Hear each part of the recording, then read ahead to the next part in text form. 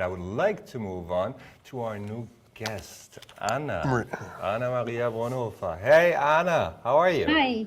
Hey, very good. Let me briefly introduce you. So Yeah. Anna Hi. is a serial entrepreneur with over 15 years of experience in technology strategy. She's co-founder of Impact AI, an automated governance and compliance platform for artificial intelligence.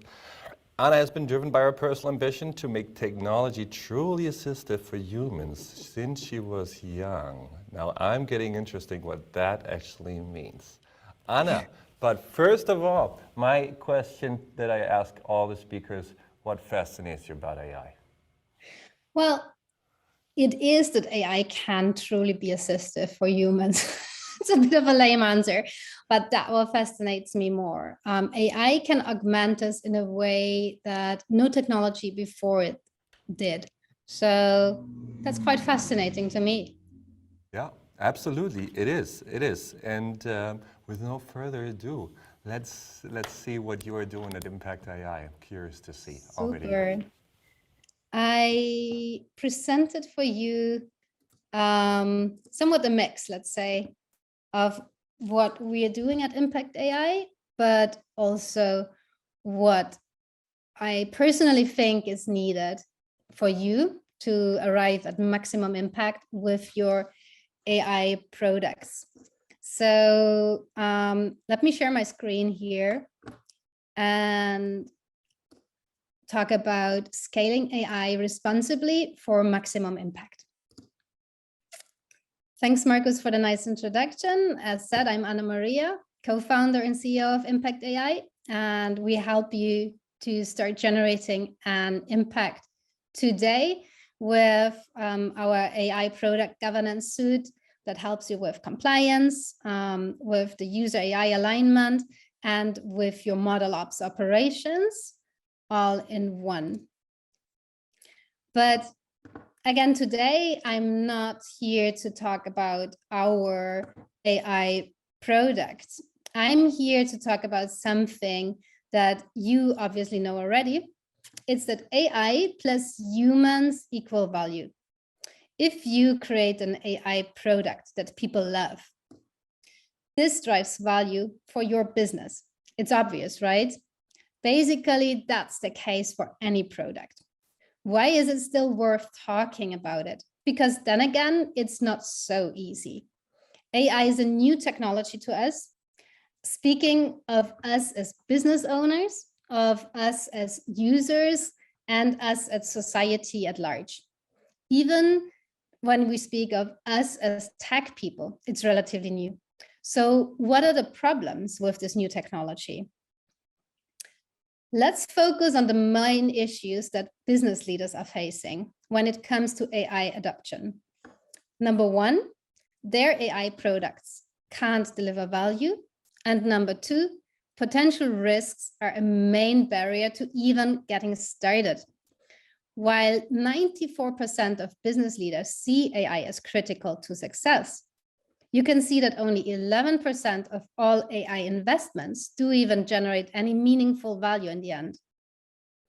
And the last months have shown that though there is a race for the best performing and loudest AI application, even big tech, it's quite challenged.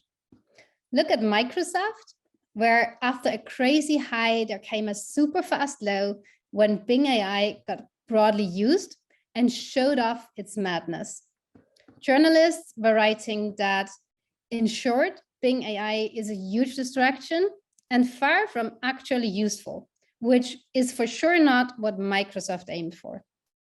So it seems like in the end, AI can mean value and risk for users and businesses. Oh my, risk. Really? Did I just say that? Well, don't worry, because you got this. The good news really is that it will get easier and easier to mitigate risks of AI. Why? Because on the one hand, regulators are stepping up the game and giving all of us a framework to deal with. These regulations are addressing the safety of society and people. And sooner than later, this also leads to standardizations and the mitigation for AI-related risk factors like data leaks, model drifts, and security threats. So one can see these regulations as a guiding hand and not only a threat to innovation. And also on the other hand, a lot of development is put into technical AI ethics, which is the current focus of companies when talking about responsible or trustworthy AI. Many bright people from various backgrounds worked the last decades on getting AI technically ready and reducing risks through AI principles. These get translated in your own company to your very own framework. And in these, you can clarify how to govern and manage risks throughout the AI lifecycle. So because AI is now hitting the user surface, the new release of tools and benchmarks for technical AI ethics is really speeding up the last years and will help you to check your boxes for responsible AI development. New evidence in technical AI ethics even suggests that big risks like toxicity and biases of large language models can be somewhat mitigated after training larger language models with instruction tuning or having toxicity and bias models as their challengers. So I don't want to be too optimistic here, but we are even looking at AI models that can help your AI models to be more responsible. Also, there is new benchmarking, and it's an approach to bring light into the dark and make AI models measurable for the sake of good, responsible performance. For example, the holistic evaluation of language models, in short, HELM, is a great one. It is a living benchmark that aims to improve the transparency of language models. It's developed by the Center for Research on Foundational Models and the HI from Intelligence Institute, Stanford.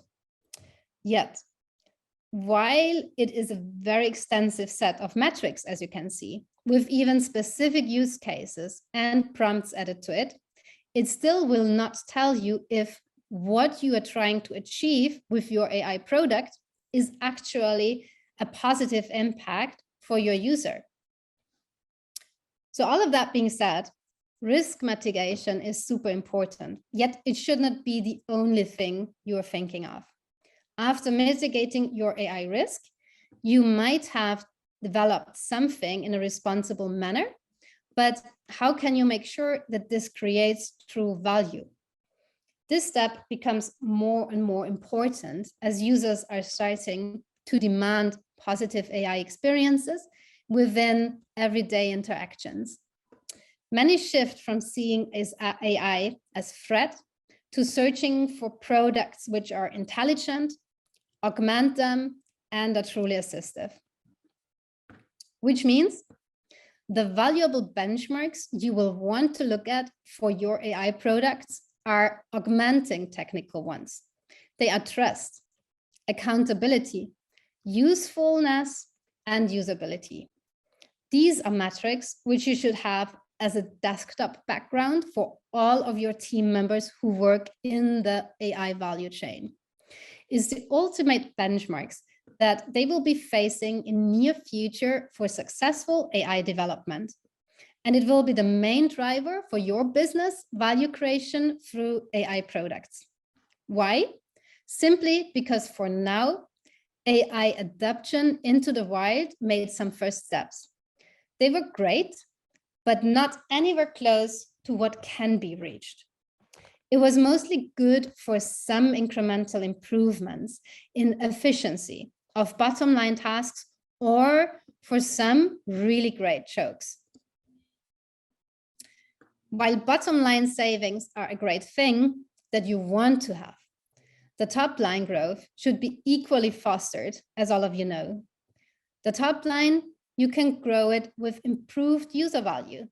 And that's the same in AI as anywhere. So you can ensure the top line growth with trust, accountability, usefulness, and usability of your AI product.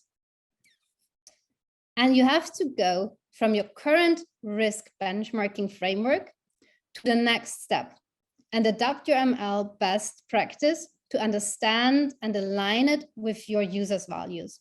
This means going from a technical singular benchmarking, like you see it here, where you have one metrics for your model, to a modular stream where you identify and measure in a very quantitative way the things that are important to your specific user. Those metrics that you as a business need to be accountable for. You must identify what your user is craving to gain trust into your AI system and what your user must get delivered to find it useful.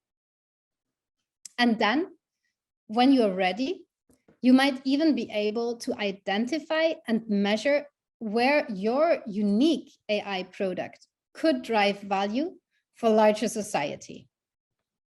Because remember, you really don't want this to be the headline for your next AI product, right?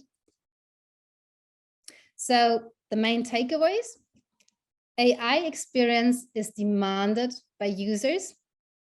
AI risk mitigation is doable, and a new set of value benchmarks is very much needed. So thank you, everyone. I'm happy to jump into the Q&As, and just want you to tell you under www.impact.ai/access, you can sign up for our first closed waitlist that we have, especially for people like you at EO, that we meet in small circles, and where you can get access to first aligned AI tools and our governance platform.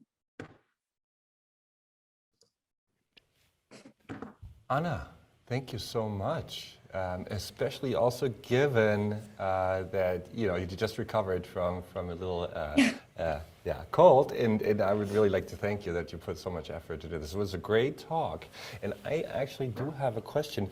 If you say these new metrics, trust, accountability, usefulness, and usability, those four, can I interpret this in a way like a balanced scorecard that we use in business? So we kind of balance between these four factors, and then it's kind of subjective to the manager how we put the weights to it, or is there an optimization on a mathematical model where it can optimize that for? Yeah, yeah. That's a super question.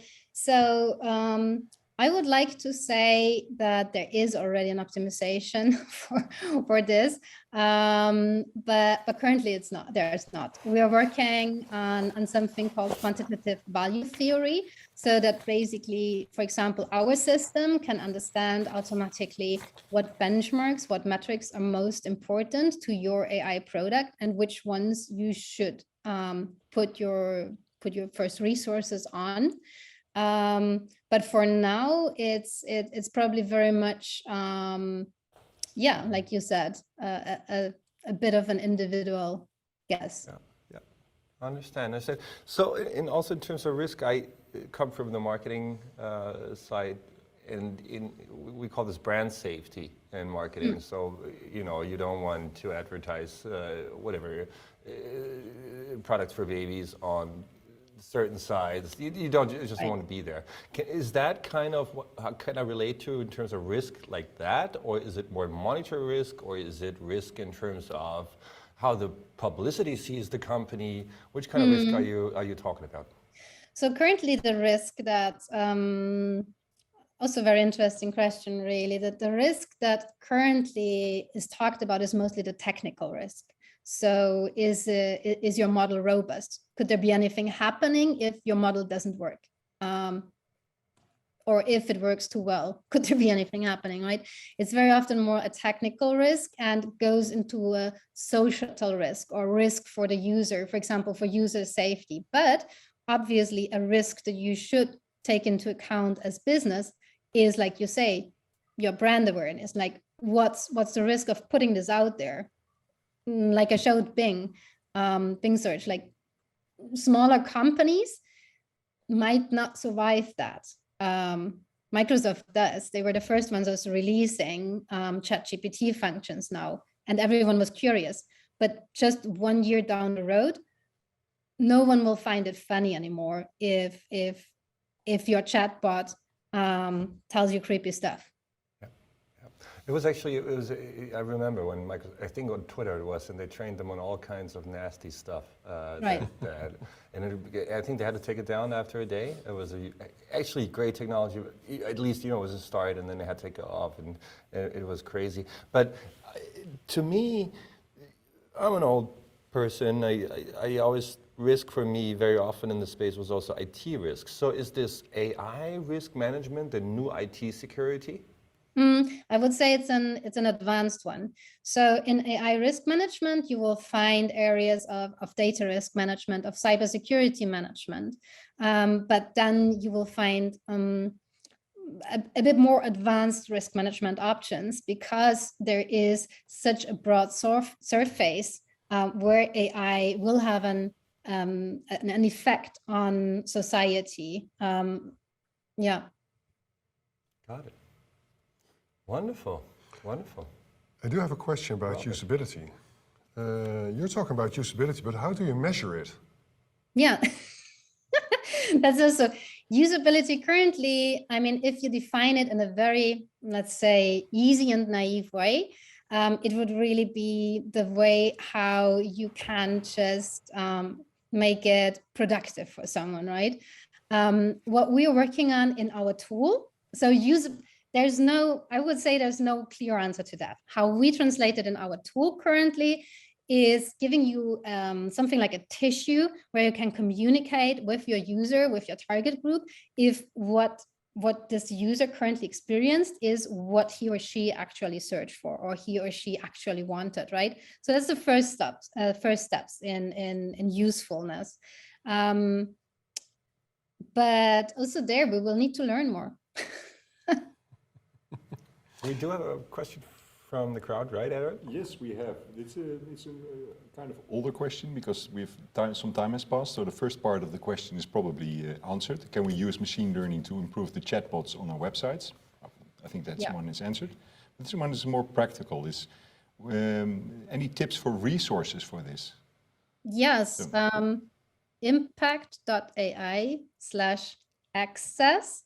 You can there decide if you want to sign up for an early access to our tool, or like to our governance software, or you can say, no, I would just rather like to just have access to the library of tools. And then that's fine as well. We're happy to give you that.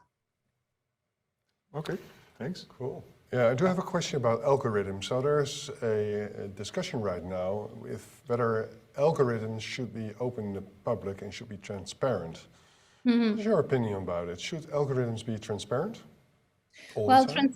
I think transparent in a sense of they should be explainable what they're doing, what's the aim for it, and how they're doing it as much as they can. And I think this explainability should also be translated into an understandability.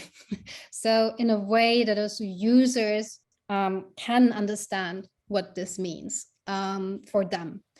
I don't think that everything must be radically open sourced, or all the code must be readable and open. I don't think that would be helpful for anyone. But there should at least be an open, for example, benchmarking. Yeah, because for too many people, algorithms are just black boxes. You don't know what gets into it, how it is being transposed, and what it comes out, and what the relationships are between the inputs and the outputs. Yeah. This is that will be handled. I'm pretty sure that will be handled in the future in framework and regulations. So it won't be, I guess, in near future, it won't be okay anymore to just not tell anyone what kind of data set you used to train your LLMs, but rather it needs to be saved in your framework, saved in your governance system, and be available for those who it is of interest for. So either your auditors or some stakeholders. I don't think that you need to be radically open for everyone, also for your competitors. I don't think we're moving that way. Marcus? Well, we have a tradition here developed in the last 4 hours, and that is to ask each speaker for a final sentence for us entrepreneurs to take home and dwell about during the night. What would be your last sentence for the crowd? Think hard about what value you're driving before starting creating AI. Wonderful. Thank you so much, Annie. Ladies and gentlemen, that was Anna Brunnhofer. Thanks so much. Contact Anna on LinkedIn. Yes. Follow her work. It's super interesting. Shout out to Austria. Hope to see you soon. Thanks for the Wonderful. invite. Bye. Thank you. Thank you.